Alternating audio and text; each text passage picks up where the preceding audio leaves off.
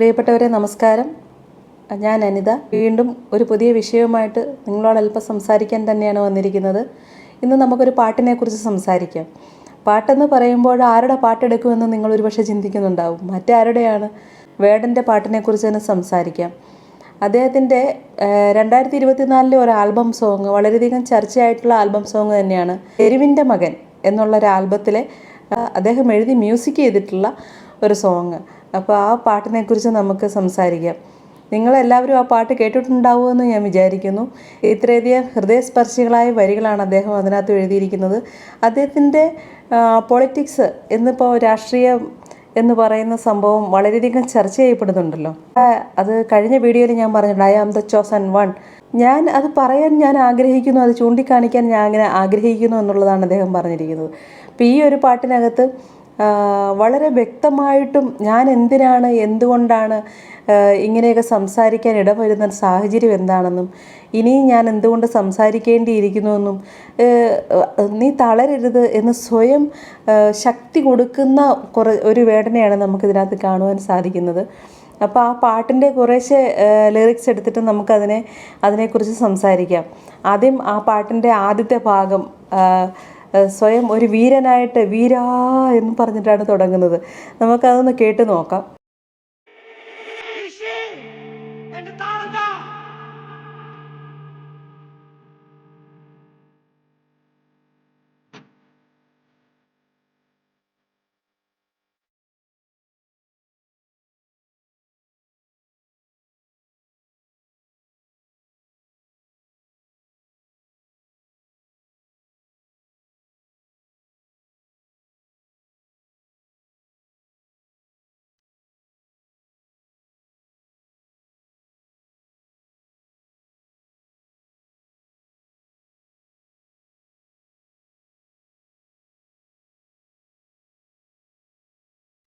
കരയല്ലേ നെഞ്ചേ കരയല്ലേ.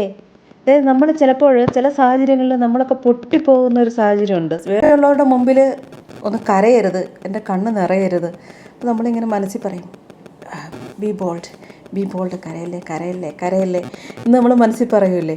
ആ ഒരു ചിന്തയാണ് ഈ ഒരു വേർഡ് കേട്ടുമ്പം ആ ഒരു സിറ്റുവേഷനിൽ നമ്മൾ ചിലപ്പോൾ നമ്മളോട് പറയുന്ന ഒരു വരിയായിട്ട് എനിക്ക് തോന്നുന്നുണ്ട്, കരയല്ലേ നെഞ്ചേ കരയല്ലേ എന്ന് പറയുന്നത്.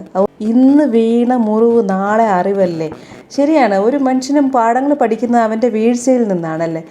നമുക്ക് എന്തെങ്കിലും ഒരു ഫോൾട്ട് അല്ലെങ്കിൽ ഒരു സ്ഥാനമില്ല, നമ്മളെ അവിടെ മാറ്റി നിർത്തപ്പെടുന്നു എന്ന് തോന്നിക്കഴിയുമ്പോൾ പിന്നീട് നമ്മൾ ആ ഒരു ഭാഗത്തേക്ക് പോകാൻ ഇഷ്ടപ്പെടത്തില്ല. അപ്പോൾ പിന്നെ അങ്ങനെ ഒരു സാഹചര്യം വരുമ്പോൾ ഞാൻ എന്നുള്ള രീതിയിൽ മാറിപ്പോകുമല്ലോ. അതുതന്നെയാണ് ഇന്ന് വീണ മുറിവ് നാളെ അറിവല്ലേ. വീരനാണ്. വീരൻ എന്ന് പറയുമ്പോൾ എപ്പോഴും പോരാളിയാണ്, ഒരിടത്തും തളരരുത്. അതുകൊണ്ട് നീ കരയാൻ പാടില്ല. വീരൻ ഞാൻ, വാക്കാണ് ആയുധം. ആ ആയുധത്തിൽ എന്ത് ആഴക്കടലും കത്തും. കടലിനെ ജ്വലിപ്പിക്കാനുള്ള ശക്തിയുള്ള വാക്കുകൾ ആയുധമായിട്ടുള്ള വീരനാണ് ഞാൻ. വലിയ എതിർപ്പാണെങ്കിലും അതിനെ നിഷ്പ്രഭമാക്കാൻ കഴിയുന്ന ആ വാക്കുകൾ എനിക്ക് കൈമുതലായിട്ടുണ്ട്. അടുത്ത വരിയിലെ പറയുന്നു, മണ്ണിൽ എൻ കാൽ തൊട്ട നാൾ മുതൽ ആരംഭ യുദ്ധം. വേടൻ ഭൂമിയിൽ ജനിച്ചു വീഴുന്ന നാൾ മുതൽ തന്നെ തുടങ്ങിയതാണ് ഈ യുദ്ധം. ഈ യുദ്ധം എന്ന് പറയുമ്പോൾ സാമ്പത്തികമായ അസമത്വം, ജാതീയമായ അസമത്വം, കളറിലുള്ള അസമത്വം. നീ അത് തുടരുത്, ഇത് തുടരുത്, നിനക്ക് എന്തുണ്ട്, നീ അവിടെ നിൽക്കി, ഇവിടെ നിൽക്കി. ഇത് ജനിച്ചു വീണ നാൾ മുതൽ ഞാൻ ഈ തുടങ്ങിയിട്ടുള്ള അസമത്വങ്ങളോട് പോരടിച്ചവനാണ് ഞാൻ. അടുത്ത വരിൽ, ഒരു വേടൻ പോരിൽ മരിച്ചാൽ 1000 ആളായി വീണ്ടും പിറക്കും. നിങ്ങൾക്ക് അല്ലെങ്കിൽ അടിച്ചമർത്തി മാറ്റി നിർത്താൻ ഒരു വേടനെ മാറ്റി നിർത്തിയാൽ 1000 ആളായിട്ട് അവൻ വീണ്ടും പിറക്കും. എന്ന് വെച്ചാൽ സമൂഹത്തിൽ ഇത് അനുഭവിച്ചുകൊണ്ടിരിക്കുന്ന ഒത്തിരിയും കുഞ്ഞുങ്ങളുണ്ട്. അവരുടെയൊക്കെ മനസ്സിലേക്ക് ഇദ്ദേഹം ഒരു സ്പാർക്ക് ഇട്ട് കൊടുത്തിരിക്കുകയാണ്. അസമത്വങ്ങൾക്കെതിരായിട്ട് പോരാടുവാൻ ഇനിയും ധാരാളം മനസ്സുകൾ ഉയർന്നു വരുമെന്നുള്ള ഒരു താക്കീതാണ് ആ വരിക്കകത്തുള്ളത്. അടുത്തത്, എലിയെങ്കിൽ മലയും തുരക്കും, പുലിയെങ്കിൽ പോരിൽ മരിക്കും.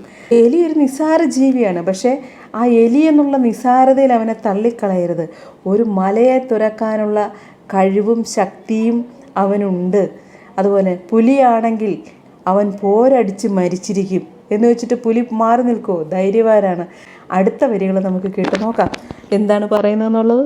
പാര് മുഴുവനും എതിരെയെങ്കിലും പാട്ടുകൊണ്ട് ഞാൻ പോര് നടത്തും. കേട്ടു നോക്കിയാലോ. പാര് മുഴുവനും എതിരെയെങ്കിലും പാട്ടുകൊണ്ട്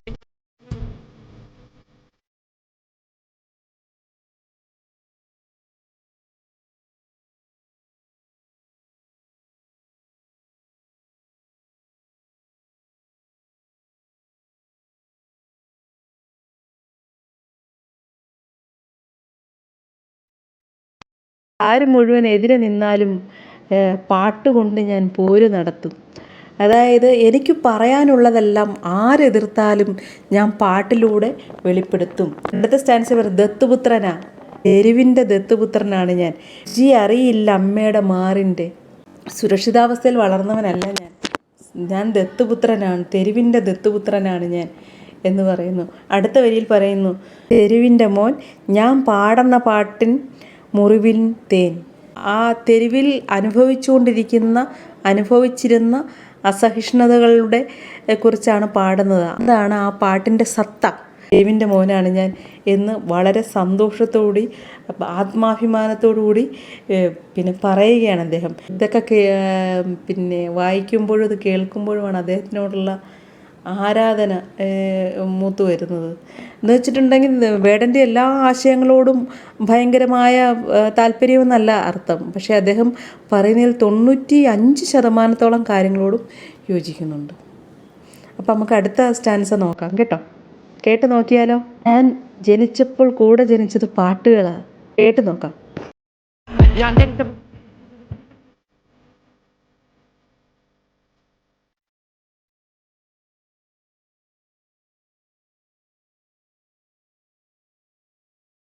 പ്രായത്തിലെ തന്നെ വിശപ്പടക്കുവാൻ വേണ്ടി ജോലിക്കായി ഇറങ്ങി തിരിക്കേണ്ടി വന്നു. അവിടെ പാടാനോ എഴുതാനോ ഒന്നും അദ്ദേഹത്തിന് സമയം കിട്ടിയില്ല എന്നുള്ളതാണ് യാഥാർത്ഥ്യം.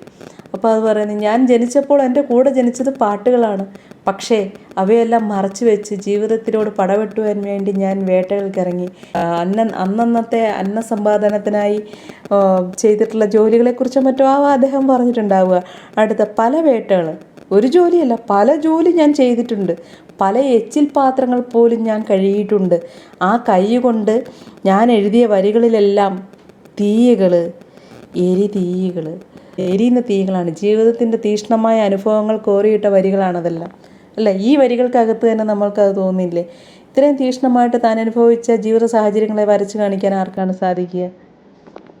അപ്പോൾ ആ വരികൾ സൂപ്പർ വരികളാണ്. പല ഭാരമേന്തിയ തുണ്ടുകൾ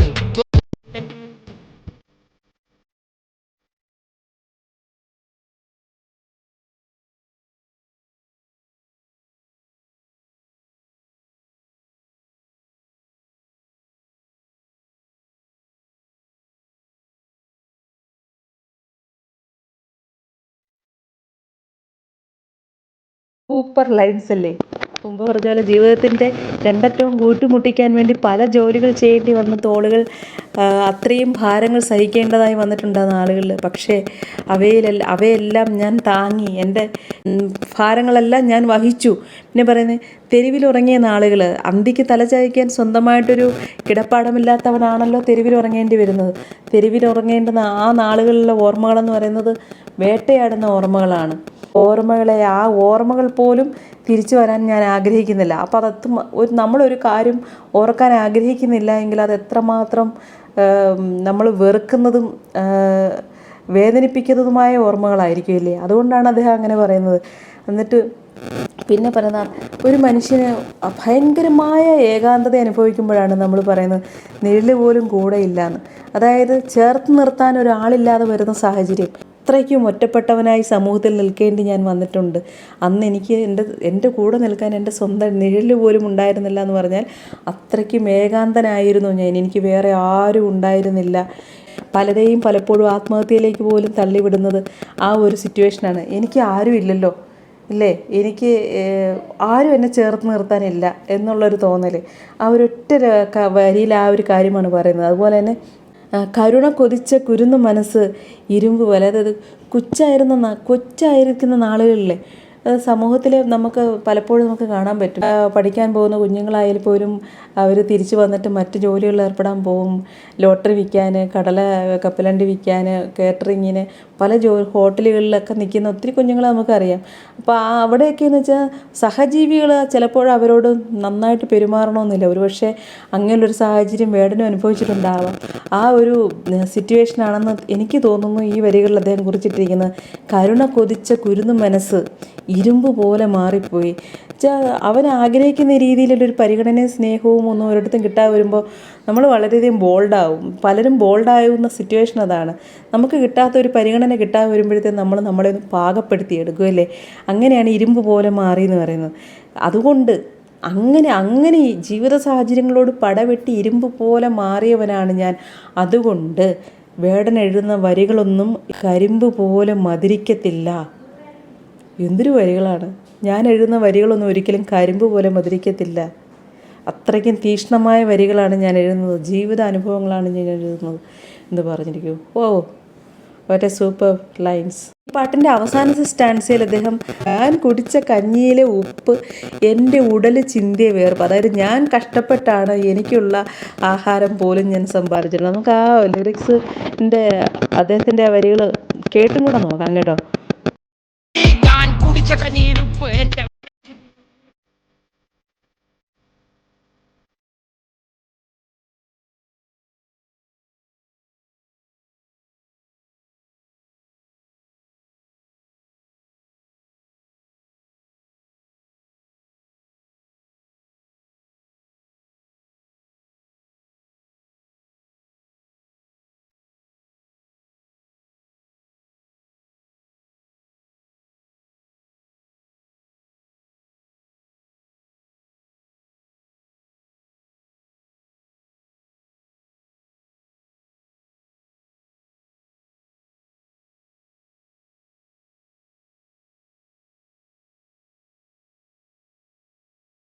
ആ വരികളിൽ ഞാൻ കുടിച്ച കഞ്ഞിയിലെ ഉപ്പ് എൻ്റെ ഉടൽ ചിന്തിയ വേർപ്പ്, അതായത് ഞാൻ കഷ്ടപ്പെട്ടാണ് ഞാൻ ജീവിക്കുന്നത്. മറ്റാരും എന്നെ സഹായിച്ചിട്ടില്ല, സഹായിക്കാനുണ്ടായിരുന്നില്ല. എന്നെ എൻ്റെ കുടുംബത്തിനെയും നോക്കിയത് ഞാൻ തന്നെയാണ്. അതിൽ പകല് മരിച്ച സൂര്യൻ രാത്രി നിലാവായി നിലയ്ക്ക് ഉറപ്പ്. ഒരു നല്ല നാളെക്കുറിച്ചുള്ളൊരു പ്രതീക്ഷ അത് ആ വാക്കുകളിനകത്ത് അദ്ദേഹം പറയുന്നതായിട്ടാണ് എനിക്ക് ഫീൽ ചെയ്തിട്ടുള്ളത്. അതുപോലെ തന്നെ ഞാൻ ആദി മരത്തിൻ്റെ വേരാണ്, അത്രയ്ക്കും ഡീപ്പാണ്, എന്നെ പറിച്ച് കളയാൻ ആർക്കും സാധിക്കത്തില്ല, എന്നെ പിഴുതു മാറ്റി നിർത്താൻ ആർക്കും സാധിക്കത്തില്ല, എൻ്റെ ആശയങ്ങൾ അത്രയും തീക്ഷ്ണമാണ്. അതുപോലെ ഞാൻ ആഴക്കടലിൻ്റെ നീരാണ്. ഒരു വിശാല ചിന്താഗതിയാണ് അദ്ദേഹം പറഞ്ഞിരിക്കുന്നത്. അതായത് എന്നെ ഒരിക്കലും തോൽപ്പിക്കാനാവത്തില്ല, അത്രയും വിശാലമായിട്ടുള്ള ആശയമാണ് എൻ്റേത്. എൻ്റെ രാഷ്ട്രീയം അത്രയും വിശാലമാണ്. പലരും പലതും പറയുന്നത് ദളിത് രാഷ്ട്രീയം അങ്ങനെ ഇങ്ങനെയെന്നൊക്കെ പറയും. പക്ഷേ ദളിത് എന്നുള്ള ഇതിന് ഒരു ചിന്താഗതിക്കപ്പുറം അദ്ദേഹത്തിന് അങ്ങനെ ഉണ്ടായിരിക്കാം. പക്ഷേ ആ ഒരു ചിന്താഗതിക്കപ്പുറവും അടിച്ചമർത്തപ്പെടുന്നവരുടെയും മാറ്റി നിർത്തപ്പെടുന്നവരുടെയും ഒരു വിഭാഗത്തിൻ്റെ റെപ്രസെൻറ്റേറ്റീവായിട്ടാണ് എനിക്ക് തോന്നിയിട്ടുള്ളത്. പക്ഷേ അദ്ദേഹത്തിൻ്റെ ആശയങ്ങൾ പ്രചരിപ്പിക്കാനെടുത്ത ആ മാർഗമെന്ന് പറയുന്നതാണ് ഇതിനകത്ത് ഏറ്റവും പ്രാധാന്യമർഹിക്കുന്നത്. അത് ജനമനസ്സുകളിലേക്ക് പെട്ടെന്ന് എത്തുന്നുമുണ്ടെന്നുള്ളതാണ് സത്യം. ഈ ഒരു പാട്ട് അല്ലെങ്കിൽ ഈ ഒരു ആൽബം എന്ന് പറയുന്നത് ഭയങ്കരമായ തീക്ഷ്ണമായ വരികളാണ്. ഇത്ര ഭംഗിയായിട്ടത് അദ്ദേഹത്തിൻ്റെ ജീവിതത്തിനെ കുറിച്ചാണെങ്കിൽ പോലും ഭംഗിയായിട്ടത് എഴുതി വയ്ക്കാൻ അദ്ദേഹത്തിന് സാധിച്ചു. അതുപോലെ ഈ പിക്ചറൈസേഷനായിട്ട് കാണിച്ചിട്ടുള്ളതിൽ എനിക്ക് തോന്നുന്നു അദ്ദേഹത്തിൻ്റെ ഫ്രണ്ട്സും കുടുംബാംഗങ്ങളും ഉണ്ടെന്ന് തോന്നുന്നു. ആ പട്ടിയും ഉണ്ട് അല്ലേ, ബുധൻ എന്ന് പറഞ്ഞ നായ്ക്കുട്ടിയും എല്ലാവരും അതിനകത്തുണ്ട്. വളരെ തീക്ഷ്ണമായിട്ട് ചടുലമായ അതിൻ്റെ വരികളും അതിൻ്റെ ആവിഷ്കാരവും എല്ലാം വളരെ ഹൃദയസ്പർശിയായിട്ട് എനിക്ക് തോന്നിയിട്ടുണ്ട്. നിങ്ങൾക്കും അത് അങ്ങനെ തന്നെ ഇഷ്ടപ്പെട്ടിട്ടുണ്ടാവുമെന്ന് ഞാൻ വിചാരിക്കുന്നു. അതിൻ്റെ വരികൾ എൻ്റെ ഒരു കാഴ്ചപ്പാടിലാണ് ഞാൻ അതിനെക്കുറിച്ച് സംസാരിച്ചിട്ടുള്ളത്. എന്തെങ്കിലും തെറ്റുകുറ്റങ്ങളുണ്ടാവാം, അങ്ങനെ ഉണ്ടെങ്കിൽ കമൻ്റായിട്ട് പറയാം. അപ്പം നിങ്ങൾക്കത് ഇഷ്ടപ്പെട്ടു കാണുമെന്ന് ഞാൻ വിചാരിക്കുന്നു. നമുക്ക് വീണ്ടും പുതിയ പാട്ടുകൾ, അദ്ദേഹത്തിൻ്റെ പാട്ടുകളോ അല്ലെങ്കിൽ ഇങ്ങനെയുള്ള ആശയങ്ങളെക്കുറിച്ച് നമുക്ക് വീണ്ടും സംസാരിക്കാനായിട്ട് വീണ്ടും കണ്ടുമുട്ടുന്നിടം വരെ സന്തോഷം കൂട്ടുകാരെ. ഓക്കെ, നമസ്കാരം.